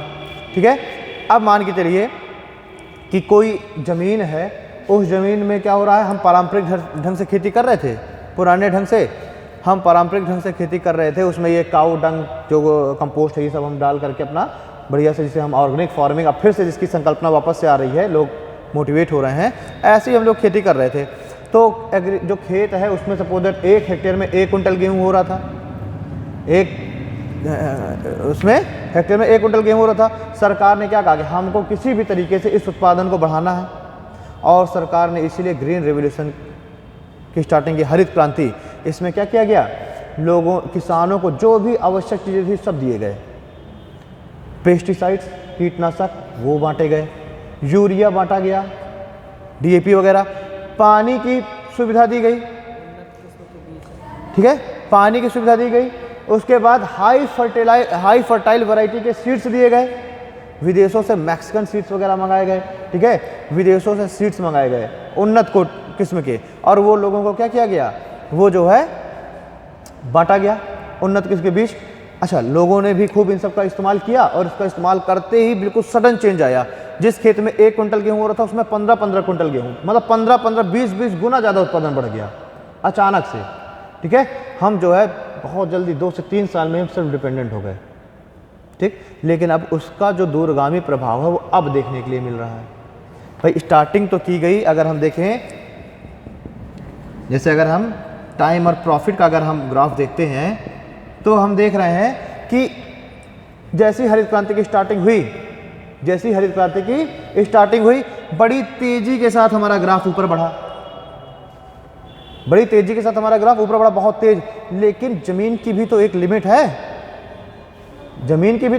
है, वैसा थोड़ा है कि हम जितना यूरिया डालते हैं उतना बढ़ता ही चला जाएगा। एक लिमिट तक वो क्या करेगी, एक लिमिट तक उसका उत्पादन बढ़ेगा, लेकिन उसके बाद फिर क्या हो जाएगा, वो उत्पादन उसका स्थिर हो जाएगा। वही चीज़ हो गया। अब क्या है इसका जो है, अब ये स्थिर हो गया है। जब हरित क्रांति की शुरुआत हुई कुछ समय तक, तो 8-10 साल तक उत्पादन बड़ी तेज़ी के साथ बढ़ा, किसान वर्ग बहुत क्या हो गया, अचानक से धनी हो गया। ये उसी समय के ही लोग हैं जो ये इस समय हरियाणा और पंजाब में जो ये बहुत ही उन्नत किसान माने जाते हैं। ये किस समय की देन है, ये उसी समय की देन है जब ये हरित क्रांति स्टार्ट हुई 60-70 के दशक में। स्टार्टिंग में ये हरियाणा, पंजाब और उत्तर प्रदेश। हाँ, तो स्टार्टिंग में जो हरित क्रांति है, भैया देखिए सीधी सी बात है, यहाँ पर भी जियोग्राफी को मैं घुसा दूंगा। सीधी सी बात है कि हरित क्रांति के लिए सिलेक्ट ही वही क्षेत्र किए गए जो कि एलुवियल सॉइल के क्षेत्र थे, जलोढ़ मिट्टी के क्षेत्र थे, क्योंकि सब जानते हैं कि जलोढ़ मिट्टी ही क्या है, एग्रीकल्चर के लिए सबसे महत्वपूर्ण है, सबसे इम्पॉर्टेंट है, जो भी बांगर और खादर मिट्टी का क्षेत्र है। और ये पूरा का पूरा हरियाणा, पंजाब, पश्चिमी उत्तर प्रदेश, बिहार, ये सब क्या है, ये सब का सब सिंधु नदी घाटी और गंगा नदी घाटी के द्वारा विकसित, सिंधु और गंगा नदी घाटी के क्षेत्र हैं, सारे के सारे इन्हीं के जलोढ़ मिट्टी से बने क्षेत्र हैं। तो इसीलिए इसी क्षेत्र को क्या किया गया, ग्रीन रेवोल्यूशन के लिए चुना गया। बात समझ आ रही है, क्योंकि ऑलरेडी यहाँ की ज़मीन फर्टाइल है, और इस क्षेत्र में ऑलरेडी गेहूं का उत्पादन हो ही रहा था, बिहार वाले क्षेत्र में ऑलरेडी चावल का उत्पादन हो ही रहा था, वेस्ट बंगाल में। यहाँ पर क्या किया, ग्रीन रेवोल्यूशन को जोड़ा गया, इससे उत्पादन को और उत्पादन बूस्ट हो गया। ठीक है, प्रोडक्शन और बूस्ट हो गया। हरियाणा, पंजाब और पश्चिमी उत्तर प्रदेश में सबसे ज़्यादा इसका प्रभाव पड़ा। सबसे ज़्यादा लाभान्वित कौन हो गए, पश्चिमी उत्तर प्रदेश, पंजाब और हरियाणा। ठीक है, लेकिन जैसे कि कहते हैं कि जो है अवैज्ञानिक तरीके से अगर किसी चीज़ का बहुत ज़्यादा इस्तेमाल करें तो उसके भी दूरगामी दुष्परिणाम होते हैं। वही दुष्परिणाम अब हमको आज देखने के लिए मिल रहे हैं। क्या हुआ, लोगों ने ज़्यादा से ज़्यादा पानी का इस्तेमाल किया, ज़्यादा से ज़्यादा पेस्टिसाइड और फर्टिलाइज़र का इस्तेमाल किया, उससे क्या हुआ, एक तो हमारी जो ज़मीन है वो क्या हो गई, वो जो है बंजर होने लग गई। भाई आपने बहुत ज़्यादा आपने इस्तेमाल किया तो क्या है, सॉइल में क्या है, थोड़ा सा टॉक्सिन होने लगा सॉइल, यानी मैं कहूँ विषैलता थोड़ी सॉइल में आने, क्योंकि सॉइल का जो पोल्यूशन है वो पोल्यूशन लेवल बहुत बढ़ गया। दूसरा कारण क्या है कि पानी, मान लीजिए किसी खेत को पानी की ज़रूरत है 1 घंटे और उसको मिल गया फ्री में पानी, तो उसने क्या किया, किसान तो यही सोचेगा ना भाई, अब उसको उसका एजुकेशन लेवल उतना तो है नहीं कि वो उसका भी दुष्परिणाम सोचे, उसको तो यही लगा कि पानी ही क्या है, पानी से ही उत्पादन बढ़ेगा। भाई क्योंकि भारत का किसान मानसून पर निर्भर था, अब मानसून लगातार मानसून चेंज हो रहा है, सिंचाई के साधन उस समय 60-70 के दशक में इतने डेवलप थे नहीं, आज तो डेवलप है नहीं, उस समय तो और नहीं रहे होंगे। तो किसानों को लगा कि बस यही मौका है, उन्होंने क्या किया, जिस खेत को 1 घंटा पानी चाहिए था उस खेत को 10 घंटे पानी पिलाया। अब इससे समस्या क्या आई, इससे कि पानी से भी क्या समस्या आई, पोषक तत्व तो ठीक है, ये जो पानी है वो पानी पृथ्वी की सतह के क्या हुआ, क्रस्ट की सतह के नीचे रिस करके पहुंचा। ज़्यादा पानी जो था, ठीक है, एक्सेस वाटर वो कहाँ नीचे गया, और नीचे यहाँ पर थी चूने की चट्टानें, नीचे क्या थी, चूने की चट्टानें, और वो जब पानी नीचे रिस करके गया तो ये जो है चूने, पानी में ये चूना क्या हो गया, घुल गया, और जब घुल गया तो फिर ऊपर पड़ी तेज़ी से गर्मी। अच्छा, ये चूँकि क्षेत्र गर्म क्षेत्र भी है, ये क्षेत्र क्या है, गर्म क्षेत्र है, यानी कि यहाँ पर वेपराइजेशन की दर ज़्यादा है और रेनफॉल की दर कम है, ठीक है। यानी यहाँ पर क्या है, इस पूरे क्षेत्र में पंजाब, हरियाणा और पश्चिमी उत्तर प्रदेश, ध्यान दो, यहाँ पर क्या है, वेपराइजेशन ज़्यादा है, यानी गर्मी ज़्यादा पड़ती है, और जो रेनफॉल है, रेनफॉल की दर क्या है, कम है। तो इस क्षेत्र में जब क्या हुआ, पानी नीचे रिस कर दिया, नीचे चूने को इसने, पानी ने क्या किया, अपने साथ पिघला लिया, ठीक है। और उसके बाद फिर क्या हो रहा है, कैपिलरी एक्शन का तो नाम सुना होगा, केशिकत्व का नियम,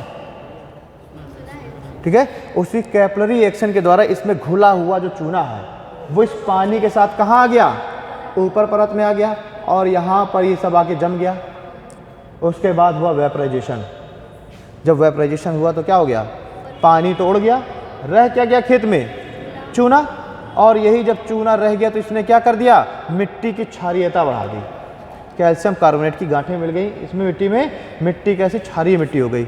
अब जब क्षारीय मिट्टी हो गई तो मिट्टी की उत्पादन क्या हो गया, और कम हो गया, और घट गई, ठीक है। और ऐसी ही जो मिट्टी है, ऐसी ही मिट्टी को हम कैसे क्या कहते हैं, रेह या कल्लर कहते हैं। ऐसी ही मिट्टी को रेह, कल्लर या ऊसर मिट्टी कहने लगते हैं। तो उसमें क्या हो गया, प्रोडक्ट, जहाँ पर ग्रीन रेवोल्यूशन में इसी ज़मीन में प्रोडक्शन बहुत बढ़ा था, वहीं इसमें क्या, प्रोडक्शन अचानक से डाउन हो गया। और जब अचानक से प्रोडक्शन डाउन हो गया तो लोगों ने और ज़्यादा फर्टिलाइज़र का इस्तेमाल करना चालू किया।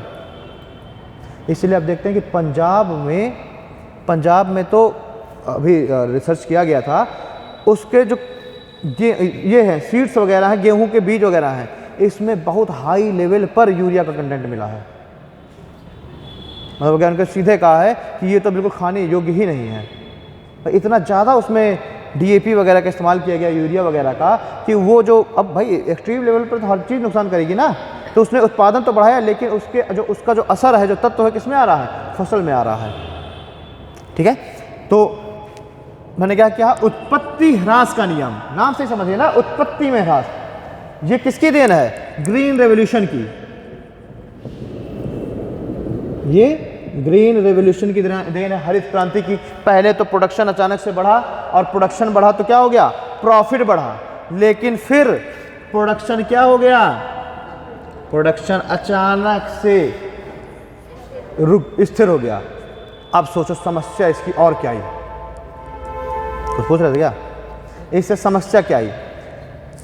जिन किसानों को हरित क्रांति में लाभ हुआ, उन किसानों ने तुरंत क्या कर दिया, सेकेंडरी और टर्सरी क्षेत्रों को बिल्कुल छोड़ दिया, त्याग दिया, क्योंकि अब उनको फ़ायदा तो यही हो रहा था।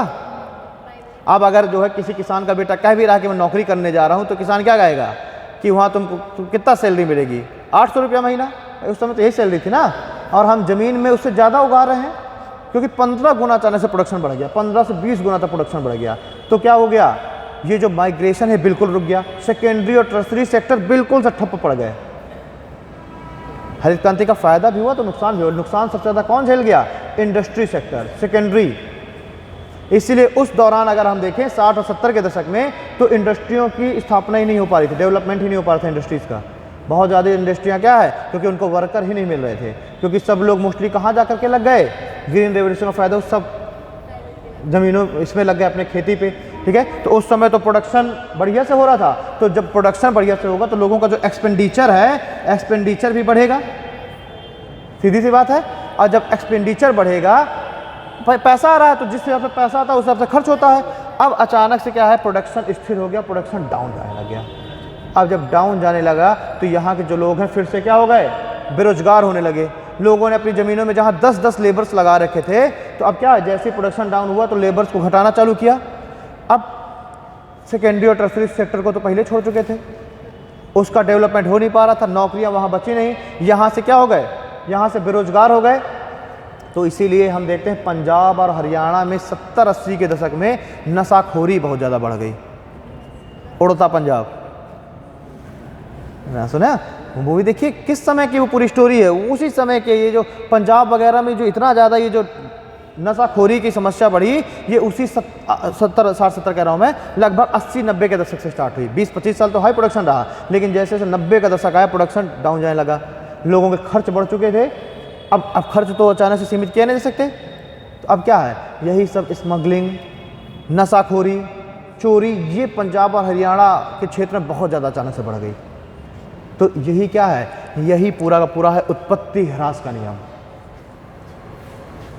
ठीक। तो उत्पत्ति ह्रास के नियम को बना लो और इसमें बस कुछ चीज़ें लिख लो, जैसे कि ड्यू टू ग्रीन रेवोल्यूशन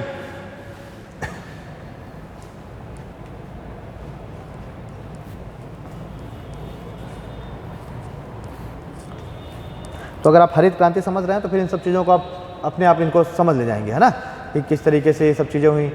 जो थोड़ी सी टेक्निकल चीज़ें हैं कि कैसे मिट्टी उट्टी यहाँ की ख़राब हो गई, वो मैंने आपको बताई थी। यहाँ पे चलते चलते एक चीज़ और देख लो, जैसी जो क्षारीय मिट्टी होती है ना, जिसमें जो है ये बहुत ज़्यादा कैल्शियम कार्बोनेट इकट्ठा होता है, कैल्शियम, तो इसका उपचार कैसे किया जाता है, जिप्सम डाल के। क्या जिप्सम का हम छिड़काव कर देते हैं तो वो जो है न्यूट्रल कर देता है उसको। हाँ हाँ, तो वेस्टर्न यूपी बहुत ज़्यादा ड्राई है। वहाँ की आप वहाँ खेतों में देखोगे पूरी सफ़ेद परत तुम्हें दिखेगी। मैं तो रहा हूँ वेस्टर्न यूपी में, तो मैंने देखा वहाँ की ज़मीनों में आपके बिल्कुल, हमारी ज़मीनों में वाइट परत बिल्कुल दिखाई नहीं देती। हमारी जो ज़मीन है इधर बुंदेलखंड की, वो है भूड़। वो कैसी है, भूड़, गाँव में नाम सुने होंगे अगर, भूड़, क्योंकि यहाँ पे ये भी सूखा है, लेकिन इसमें वाइट परत आपको बहुत कम कहीं कहीं दिखाई देती है। बुंदेलखंड तो है तो बुंदेलखंड में तो दिखाई देवे करेगी, लेकिन कम। लेकिन वेस्टर्न यूपी और पंजाब आप चले जाइए, बिल्कुल वाइट परत खेतों में दिखाई देगी। यहाँ की ज़मीन है भूड़। भूड़ ज़मीन के लिए भी यही कंडीशन है, वेपराइजेशन दर अधिक और वर्षा की मात्रा कम। मिट्टी क्या होती है, सूख जाती है मिट्टी, चट्टानें, आसपास की जो चट्टानें हैं वो भी टूट जाती हैं। और उसके बाद जब हवाएं चलेंगी तो हवाएं क्या करेंगी, अपने साथ उस टूटी हुई चट्टान की जो ये बजरी वजरी है, इस सबको क्या करती हैं, अपने साथ उड़ा लाती हैं। और जब उड़ा लाती हैं तो सबको कहाँ इकट्ठा कर देते हैं, खेत में। वही जो बजरी वगैरह है ये सब किसके साथ मिल जाता है, मिट्टी के साथ। तो वही जो मिट्टी है उसमें हम देखेंगे हमारे यहाँ की मिट्टी में बजरी बहुत ज़्यादा होती है। अभी अपने खेतों की मिट्टी उठा के देखना, उसको तोड़ना, उसमें तो बजरी बहुत मिलेगी। वो बलुई मिट्टी अलग कॉन्सेप्ट है। खेतों में आपको मिट्टी में आपको बड़े पार्टिकल्स मिलते हैं। हाँ, एक कह सकते हैं कि बलुई मिट्टी, बालू और बजरी की आपको कंटेंट जो है बहुत ज़्यादा मिलेगी। यही आप चले जाइए महाराष्ट्र वगैरह चले जाइए, आपको नहीं मिलेगा इतना ज़्यादा बालू और इसका कंटेंट, ठीक है, क्योंकि वहाँ पर चिकनी है। तो अपना जो क्षेत्र है यहाँ पर कौन सी मिट्टी है, भूड़। कारण क्या है, उसका भी यही कारण है, रेह और कलर एक कदम और एक्सट्रीम लेवल, जिसमें ज़्यादा पानी डाल देने से समस्या उत्पन्न हो गई, ठीक है। तो इसको नोट कर लीजिए, law of diminishing return, law of diminishing return या उत्पत्ति ह्रास का नियम। टाइम, प्रॉफिट एंड प्रोडक्शन का ग्राफ बना लो due to green revolution.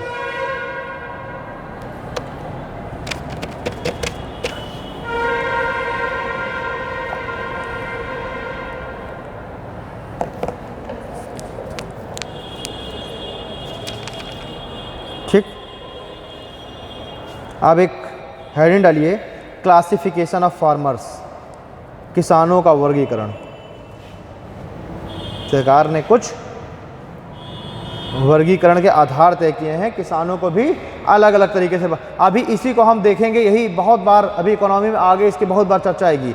Marginal किसान, स्मॉल किसान, सीमांत लघु किसान जिसे हम बोलते हैं, ठीक है, ये सब अलग अलग। इन सब के लिए जब हम बैंकिंग सिस्टम वगैरह पढ़ेंगे तो वहाँ पर भी हम इन सब किसानों को अलग अलग देखेंगे, ठीक है, कि इन सीमांत किसानों को ये सुविधाएं हैं, इनको इतना लोन, ठीक है, वो सारी चीज़ें हम बैंकिंग सिस्टम में पढ़ेंगे। चलिए, तो जब हम क्लासिफिकेशन ऑफ फार्मर्स देखते हैं तो सबसे पहले क्लासिफिकेशन में फार्मर्स के सबसे पहले तरीके के जो फार्मर्स होंगे वो होंगे भूमिहीन किसान या लैंडलेस फार्मर। सबसे पहले किस तरह के फार्मर होंगे? लैंडलेस फार्मर्स, यानी कि भूमिहीन किसान। ये जो भूमिहीन किसान है ये कुल संख्या का, कुल किसानों की संख्या का 7.41% है। जो लैंडलेस फार्मर्स हैं वो कितने हैं? वो टोटल 7.41% हैं, जिनके पास भूमि ही नहीं है अपनी। दूसरे तरह के किसान आते हैं मार्जिनल फार्मर्स या सीमांत किसान। देखो, मार्जिनल फार्मर्स या सीमांत किसान, ये देखिए सबसे ज़्यादा हमारे देश में जो किसान हैं वो किस उसमें आते हैं, वर्गीकरण में आते हैं? वो आते हैं मार्जिनल में। यानी सबसे ज़्यादा जो किसान है वो कौन से हैं? वो है मार्जिनल फार्मर्स। कितनी है इनकी संख्या? लगभग 75%। लगभग 75%। इनके लिए क्या आधार बनाया गया है? ऐसे किसान जिनके पास 1 हेक्टेयर से कम जमीन हो, लेकिन 1 हेक्टेयर से क्या हो? कम हो। ऐसे किसान कौन से किसान होते हैं? मार्जिनल किसान, मार्जिनल फार्मर्स। दूसरा लिखिए, दूसरे हैं स्मॉल या छोटे किसान। स्मॉल या छोटे किसान ये है कुल का 10%। स्मॉल या जो छोटे किसान है ये कुल किसानों का है 10%। इनके लिए लिमिट क्या है? 1 हेक्टेयर से लेकर के 1 हेक्टेयर से 2 हेक्टेयर के बीच में ज़मीन हो। तो ऐसे किसान क्या कहलाएंगे? स्मॉल फार्मर्स कहलाएंगे, ठीक है। चलिए अगला लिखिए, semi medium and medium farmers. Semi medium,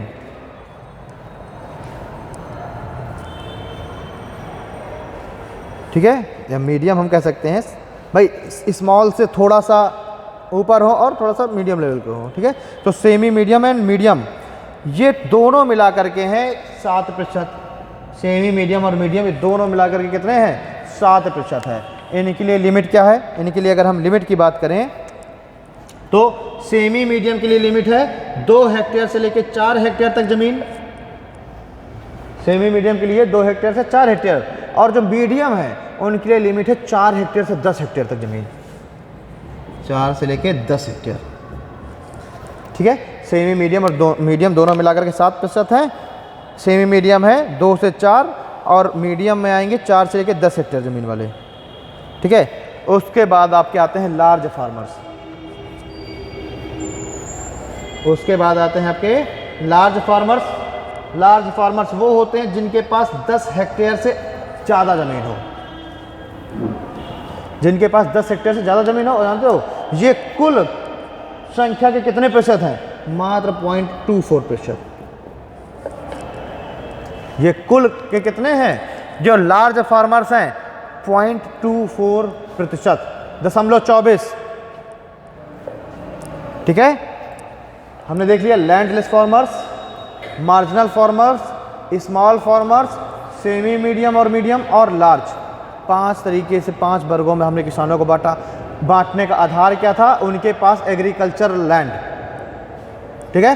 तो सबसे ज़्यादा जो संख्या है किसानों की वो किस तरह के किसान है? Marginal farmer. इसलिए सरकार जब भी कोई कानून बनाती है सबसे पहले किसको ध्यान में रखती है? मार्जिनल फार्मर्स को, क्योंकि उनके पास ज़मीन कितनी है? 1 हेक्टेयर से कम ज़मीन है, लेकिन बहुत कम, ठीक है। और जो लार्ज फार्मर्स है सबसे कम कौन से हैं? Large farmers. कितने हैं? मात्र 0.24%, ठीक है। चलिए, अच्छा एक चीज़ और, जैसे कि अभी जो ये चल रहा था एग्रीकल्चर जो बिल्स हैं इनको लेकर के, एक्ट को लेकर के जो सारा समस्या चल रही थी, उसमें सबसे ज़्यादा कौन से किसान अपनी भागीदारी कर रहे थे? लार्ज फार्मर्स, सबसे ज़्यादा। ठीक है, अच्छा अब आपका आंसर ये लार्ज फार्मर ही सबसे ज़्यादा उसमें काहे को आंदोलन कर रहे थे? इसके पीछे का भी कारण है, और ये कारण निकलता है एमएसपी को लेकर के। भाई जो ये बड़े फार्मर्स हैं, यही बड़े फार्मर क्या थे? अड़हतिया। यही बड़े फार्मर कौन बन गए? अड़हतिया। अड़हतिया समझ रहे हो ना, जो लोगों का गल्ला खरीदे, अड़हतिया। अब इसमें इसमें क्या हुआ, अड़हतिया वगैरह जो थे, अब सरकार ये जो बिल लेके आई थी, इसमें भी एक बिल ऐसा था जो इन अड़हतियों के लिए समस्या क्रिएट कर रहा था। एक बिल ऐसा था जो क्या कर रहा था? अड़हतियों के लिए भी समस्या क्रिएट कर रहा था। इसलिए जो बड़े जो किसान हैं, सबसे ज़्यादा यही इस आंदोलन में घुसे हुए थे। मात्र जो 0.24% जो किसान है, सबसे ज़्यादा इस आंदोलन का विरोध कौन कर रहा था? वही। और सबसे ज़्यादा किसान जो हर बार आपने न्यूज़ में तो सुना होगा, सबसे ज़्यादा किसान कहाँ के थे उसमें? वेस्टर्न यूपी, पंजाब, हरियाणा के। मैंने बताया ना कि सबसे बड़े जो किसान हैं वो कहाँ पर ग्रीन रेवोल्यूशन की वजह से पैदा हो गए? पंजाब और हरियाणा के क्षेत्र में। तो सबसे ज़्यादा उन्होंने क्या किया? सबसे ज़्यादा उन्होंने प्रोडक्शन किया, इसलिए सबसे ज़्यादा वो डेवलप्ड हो गए। और वही वाले किसान इसमें आ रहा है 0.24% में। खैर ठीक है, ठीक, चलिए, ये तो हो गए क्लासिफिकेशन ऑफ फार्मर्स। अब देखें, हम देखते हैं कृषि क्षेत्र की समस्याएं। अगला पॉइंट डालिए, कृषि क्षेत्र की समस्याएं, प्रॉब्लम्स इन एग्रीकल्चर। कृषि क्षेत्र की कुछ समस्याएं। क्या समस्याएं हैं? इसमें से सबसे पहली जो समस्या है वो तो ये है कि एग्रीकल्चर में जो कुल भूमि लगी हुई है, एवरेज की अगर हम बात करें तो एवरेज जो भूमि, अगर हम हर एक किसान को हम अलग अलग बांट के देखें तो मात्र 0.59% है। यानी कि जो एग्रीकल्चर में जो लगी हुई जो लैंड है वो ही काफ़ी कम है। जितनी पूरी हमारे पास ज़मीन है, वो पूरी की पूरी जितनी भी हमारे पास ज़मीन है, जितने में हम एग्रीकल्चर कर सकते हैं, वो सारी ज़मीन एग्रीकल्चर में लगी नहीं है। मात्र कितनी लगी है? मात्र लगी है 0.59, यानी हमने इसमें एक को हमने रेशियो माना है। ठीक है, यानी कि 100% में से कितनी प्रतिशत केवल ज़मीन लगी हुई है? 59%। तो एक तो हमारी एग्रीकल्चर में क्या है? ज़मीन ही कम लगी है, ये भी एक समस्या ही है। ठीक है, तो एक तो एग्रीकल्चर में क्या है? तो पहला पॉइंट क्या है? औसत भूमि मात्र 0.59% होना। दूसरी समस्या है कृषि क्षेत्र में कम निवेश। भाई ये भी हम आप सीधे इस चीज़ को देख रहे हैं। कृषि क्षेत्र में कम निवेश को हम लोग देखते हैं अपने दैनिक जीवन में। गांव वगैरह में तुम देखो, अपने गांव में क्या कोई भी किसान हर साल नए बीज खरीदता है? वही जो आपने पिछले साल जो आपने उगाए वही आपने रख लिए। पहली बात तो एक साल में वो बीज क्या है? नमी भी खा रहा है, मौसम का परिवर्तन झेल रहा, कीड़े भी उसमें लग रहे हैं। दूसरी बात, आपके वो बीज भी उतने उत्तम क्वालिटी के नहीं है, बेस्ट क्वालिटी के आपके सीड्स भी नहीं है। जब सीड्स ही बेस्ट क्वालिटी के नहीं होंगे तो क्या है? आपका प्रोडक्शन भी तो डाउन होगा। इसलिए सरकार ये बहुत एडवर्टीजमेंट कराती है कि जो है उन्नत क्वालिटी के बीज लीजिए। हर एक आपको जो है देखेंगे, जो भी रिसर्च सेंटर हैं या फिर जो भी एग्रीकल्चर यूनिवर्सिटीज़ हैं, वहाँ पर आपको क्या मिलेगा? सीड्स मिलेगा। हाँ, आपको कॉस्ट उसकी देनी पड़ेगी, थोड़ा सा महंगे पड़ते हैं वो, लेकिन क्या है, उनकी जो प्रोडक्शन है वो भी तो 2 गुना 3 गुना होगा उससे। ठीक है, तो एक दूसरी समस्या क्या है कि हम जो है एग्रीकल्चर फील्ड में हम इन्वेस्टमेंट ही कम करते हैं। हम हाईटेक रिसोर्सेज का उसमें इस्तेमाल ही नहीं करते। हम जो है उन्नत जो तकनीकी है उसका हम लोग अपने खेतों में इस्तेमाल ही नहीं कर रहे। ठीक है, और यहीं पर थोड़ा सा जो हमारे पंजाब हरियाणा के जो किसान है वो यहीं पर बुंदेलखंड के किसान से 2 कदम आगे हैं, क्योंकि वो क्या करते हैं? वो हाईटेक टेक्नोलॉजी का प्रयोग करते हैं। अगर तुम देखोगे, अरे अपने यहाँ जो ये आता है, क्या बोलते हैं इसको, हार्वेस्टर वगैरह, कभी उसमें नंबर देखना कहाँ का पड़ा होगा? पंजाब का। क्योंकि अपने यहाँ के किसान हार्वेस्टर वगैरह क्या करते? बहुत ज़्यादा कोई अगर किसी ने बिजनेस ये स्टार्ट कर दिया कि मैं गाँव के लोगों की खेत कतराई चालू करूँगा, तो क्या करता है? हार्वेस्टर एक मंगवा लेता है पंजाब से। लेकिन क्या उस हार्वेस्टर का यूज हर एक किसान करता है? नहीं करता। तो ये जब हार्वेस्टर का यूज़ नहीं करोगे, आप क्या करोगे? आप मैनुअली कटाई कराएंगे तो मैनुअली एक तो खर्च भी तो उसमें ज़्यादा आएगा, समय से आपको लेबर्स नहीं मिलेंगे, अब वैसे भी लेबर्स आपको कमी मिल रही है, ठीक है। आप उतने उन्नत क्वालिटी के आप सीड्स नहीं यूज कर रहे, सिंचाई के उतने उन्नत। पंजाब हरियाणा का किसान क्या करता है, ड्रिप इरिगेशन का प्रयोग कर रहा है आजकल। ड्रिप इरिगेशन, बूंद सिंचाई।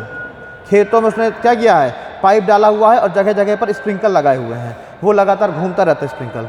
और क्या है, वो जो पानी है वो सीधे पौधे की जड़ में जाता है या फिर सीधे पौधे में पड़ता है। पहली बात तो पानी की वेस्टेज कम। हाँ, देखिए इस ड्रिप में क्या हो रहा है, बूंद बूंद डाल, स्प्रिंकल में क्या कर रहा है, घुमा करके डाल रहा है। ड्रिप में क्या करता है, वो करते हैं और ड्रिप से पानी सीधे जड़ में जाता है। टेक्नोलॉजी से पाइप उसमें एक ही डाला जाता है। ड्रिप में क्या है, सीधे पौधे की जड़ में पानी जाता है। पहली बात, पानी वेस्ट नहीं हो रहा, सीधे जड़ में जा रहा है। स्प्रिंकल में क्या हो रहा है, घूम रहा है फव्वारा, और वो भी उसमें क्या, उसमें भी पानी बहुत ज़्यादा वेस्ट नहीं हो रहा। दो फायदे, एक तो पानी कम लग रहा है और दूसरा ये जो क्षारीय मिट्टी की जो समस्या है वो भी तो दूर होगी, क्योंकि अब उसमें एक्सेस वाटर नहीं हमको देना पड़ रहा। हम कितना पानी दे रहे हैं, जितना उस पौधे को आवश्यक है। हमारे यहाँ किसान क्या है, वो जो है रात भर चला के छोड़ देता है, बोरवेल पानी भरता रहता है खेत में रात भर, है ना। तो उससे क्या है, ज़मीन दिन पर दिन ज़मीन खराब होती चली जा रही है। तो एक तो जो है कृषि में कम निवेश हो गया, औसत भूमि हो गया। दूसरा देखिए, कुल जो भी सब्सिडी गवर्नमेंट के द्वारा दी जा रही है किसानों को, जो भी सब्सिडी किसानों को सरकार के द्वारा दी जा रही है, उस सब्सिडी का 40% हिस्सा तो केवल ये जो 0.24% किसान हैं ये ही ले जाते हैं। माली सरकार ने क्या किया, कुल सब्सिडी उन्होंने, सरकार ने अनाउंस किया कि 1000 करोड़ हम क्या करेंगे, किसानों को सब्सिडी बांटेंगे। उस 1000 करोड़ सब्सिडी का 40% तो सिर्फ ये 0.24% किसान ले जाते हैं। अब आप कहिए सर कैसे, भैया जो बड़ा किसान होगा वही तो ट्रैक्टर खरीदेगा, और सरकार क्या करती है, ट्रैक्टर खरीदने के लिए सब्सिडी देती है, वो भी तो उसे 1000 करोड़ के ही फंड में होगा। ये रोटावेटर वगैरह जो आते हैं, ये सब क्या है, जितने भी एग्रीकल्चरल इक्विपमेंट हैं सब में सरकार सब्सिडी देती है। और जितने बड़े किसान हैं वही क्या करते हैं, वही इस फंड को, भाई बड़े किसान, भाई अब अगर आप लोन ले रहे हैं तो उसके लिए आपके पास भी तो कुछ पैसा होना चाहिए, पैसे से ज़्यादा आपके पास हिम्मत होनी चाहिए। अपने यहाँ किसान क्या करता है, वो पुराने समय में साहूकारों से इतना डर चुका है कि अब वो बैंकिंग सिस्टम से भी डरता है, वो नहीं लोन लेने पहुँचता, ठीक है। तो दूसरा सबसे बड़ी समस्या क्या है एग्रीकल्चर में, कि सरकार के द्वारा जो भी सब्सिडी है उस सब्सिडी का 40% तो केवल जो 0.24% जो बड़े किसान हैं वो ले जाते हैं। 30 और अगली और जो बड़ी समस्या है वो है माइग्रेशन। वो क्या है, माइग्रेशन यानी कि प्रवास। माइग्रेशन यानी कि प्रवास। सीधी सीधी बात क्या है कि लोग जो है अब इस प्राइमरी सेक्टर को छोड़ के लोग कहाँ जा रहे हैं, सेकेंडरी और टर्सरी सेक्टर की ओर। लोग दूसरे शहर में जाके मजदूरी ज़्यादा करना पसंद करते हैं, लेकिन अपने यहाँ खेती नहीं करना पसंद करते। तो ये भी क्या है, जब अब गांव में ही देखिए ना, अब आपकी ज़मीन बटाई में लेने के लिए ही जल्दी कोई नहीं मिलता। हमारे यहाँ की ज़मीन बता दें, आधी ज़मीन तो हमारे यहाँ की पड़ती पड़ी रहती है। आधी ज़मीन तो क्या है, उसमें वो करीब 3-4 साल से पड़ती पड़ी, कोई मिल ही नहीं रहा बटाईदार, कोई लेने के लिए रेडी ही नहीं है आज की डेट में। बस समझ रहे हैं। तो ये भी क्या है एक समस्या, प्रवास। अगली समस्या क्या है, जो युवा हैं वो युवा इससे आकर्षित नहीं हो रहे हैं। सीधी बात है, जो युवा हैं, युवा एग्रीकल्चर से आकर्षित नहीं हो रहे हैं। और आप सभी जानते हैं कि चेंजेस तभी आते हैं जब युवा किसी चीज़ में घुसते हैं। अब धीरे धीरे इसकी शुरुआत हो रही है। अब आप देखेंगे कि एक कल्चर बड़ा चल रहा है इस समय, organic. Organic is the future. भविष्य जो है क्या है, ऑर्गेनिक चीज़ें ही क्या है, भविष्य है। इसे एक बड़ा इस समय वो चल रहा है, ट्रेंड चल रहा है, ठीक है। यूट्यूब वगैरह में आप लोग बहुत सारी ऐसी स्टोरीज भी पढ़ते रहते हैं कि IIT का कोई स्टूडेंट है जो अपना इतना लाख का पैकेज छोड़ करके और ऑर्गेनिक फार्मिंग में घुस गया। आज की डेट में वो मशरूम का उत्पादन कर रहा है। एक से मैं भी मिला हूँ दिल्ली में, ठीक है। तो ऐसे ही बताया, तो हम लोग गए थे दिल्ली, तो हम मिलने गए। वो बंदा IIT से M.Tech, IIT B.Tech, IIT M.Tech, ठीक है। और IIT मेरे ख्याल से दिल्ली से B.Tech था और IIT रुड़की या मद्रास से शायद M.Tech था। उसके पास ज़मीन कितनी है, 20 एकड़। उस 20 एकड़ ज़मीन में वो हर साल 2 करोड़ की सब्ज़ी बेचता है। 2 करोड़ की सब्जी। और उसका जो है एग्रीकल्चर का मॉडल देखिए, एक ही ज़मीन से, इतनी ही लैंड से वो 4 सब्जियां उगा रहा है। मतलब एक साथ, अलग अलग नहीं, एक साथ उसने अपने पूरे 20 एकड़ को ज़मीन को क्या किया है, मान लीजिए ये पूरी 20 एकड़ ज़मीन है, उसने अपने पूरी 20 एकड़ ज़मीन को इस तरीके से बांट रखा है। इस तरह से ग्रुप टोटल हाईटेक, पूरा कंप्यूटर से पूरा उसकी मॉनिटरिंग करता, पूरा टोटल कंप्यूटर से मॉनिटरिंग, ठीक है। अब उसने मान लीजिए ये ज़मीन का टुकड़ा है, इसी एक ज़मीन के टुकड़े से एक बार में 4 सब्जियां बताया उसने। कह रहा भैया नीचे तो हम क्या करते हैं, नीचे तो हम डालते हैं हल्दी, ठीक है। अब हल्दी के ऊपर उन्होंने क्या कर दिया, दूसरी सब्जी डाल दी, ऐसी सब्जी जो ज़्यादा से ज़्यादा जिसका पौधा इतना बड़ा हो, नीचे चली गई हल्दी। और कह रहा ज़्यादा से ज़्यादा जो हल्दी है वो कहाँ जा रही है, वो 6 इंच 8 इंच नीचे जाती है, ठीक है। उसके ऊपर हमने क्या डाल दिया, दूसरी फसल डाल दी जिसका पौधा क्या हो, मान लीजिए टमाटर, और उसके ऊपर हमने लगा दिए कोई ऐसी बेड़ वो वाली सब्जी, बेल वाली, ठीक। मतलब 3-4 उसने उस समय चीज़ें दिखाई अलग अलग। तो अच्छा, उसी लैंड से ही कहीं कहीं पर वो फ्रूट भी ले रहा है, कहीं कहीं उसने पपीते भी लगा दिए। बनी रहती है। यही तो नई हाईटेक चीज़ें हैं। लेकिन बस क्या करता है वो, कह रहा है कि हम अगर इस टुकड़े पे हमने जो भी सब्जी आज इस बार लगाई है, कह रहा अब इसमें अगले 2 सालों तक सब्जी नहीं लगाएंगे हम, अब हम अगले टुकड़े में शिफ्ट हो जाएंगे। दिल्ली के जितने भी 5 स्टार 4 स्टार होटल्स हैं, हर होटल में उसके यहाँ से ही सब्जी जाती है। दिल्ली के जितने 5 स्टार होटल हैं, टोटल ऑर्गेनिक सब्जी और टोटल जो है एग्जॉटिक सब्जियाँ, टोटल एग्जॉटिक में जो सब्जियों को हम लोग आप यहाँ नाम नहीं सुनते, ठीक है, एवोकाडो, जैलेपिनो, ठीक है, ये सब यहाँ मिलती है क्या, जल्दी नहीं मिलती। तो इन सब सब्जियों का प्रोडक्शन, अब सोचिए, मतलब मात्र 20 एकड़, हमारे यहाँ बुंदेलखंड में 20-25 एकड़ तो बहुत लोगों के पास जमीन, 10 एकड़ 15 एकड़ 20 एकड़ भरमार है, लेकिन फिर भी खाने के लिए नहीं उग पा रहा। और वो क्या कर रहे हैं, उसी 20 एकड़ में साल के 1.5 से 2 करोड़ की सब्जी बेच ले रहे हैं, ठीक है। तो ये क्या है, युवा जब उसमें आकर्षित होंगे। खैर ट्रेंड अब चल रहा है। अगला इसमें जरा से 1 मिनट लिख लीजिए। चलो खैर इसको छोड़ो, एक समय देखें जरा से 1 मिनट। थोड़ा सा मैं ग्रीन रेवोल्यूशन के कुछ पॉइंट्स लिखवाना चाह रहा था कि ग्रीन रेवोल्यूशन में किस किस चीज़ों को सरकार ने मुहैया कराया, ठीक है। इसको लिख लो, उसके बाद क्लास छोड़ते हैं। हेडिंग डाल लीजिए ग्रीन रेवोल्यूशन। ग्रीन रेवोल्यूशन में सरकार के द्वारा क्या क्या सुविधाएं दी या क्या क्या चीज़ों को सरकार के द्वारा प्रमोट किया गया। पहला पॉइंट ग्रीन, यानी ये ऐसे चीज़ें हैं जिन्होंने ग्रीन रेवोल्यूशन को क्या किया, सक्सेस किया, ठीक है। पहला पॉइंट लिखिए, कृषि क्षेत्र में क्रांतिकारी परिवर्तन। पहला पॉइंट, रेवोल्यूशनरी चेंज किया गया कृषि क्षेत्र में। लोगों को बहुत सारे स्कीम वो सब चला करके एडवर्टीजमेंट को लोगों का क्या गया, आकर्षित किया गया, ठीक है। लोगों को बहुत ज़्यादा मोटिवेट किया गया, ठीक है। पहला तो आपका है कृषि क्षेत्र में क्रांतिकारी परिवर्तन। दूसरा पॉइंट है टेक्नोलॉजी का उपयोग, प्रौद्योगिकी का उपयोग। तीसरा पॉइंट है रासायनिक उर्वरकों का उपयोग, रासायनिक उर्वरक, केमिकल फर्टिलाइजर का उपयोग। अगला पॉइंट है पेस्टिसाइड्स, कीटनाशकों का उपयोग।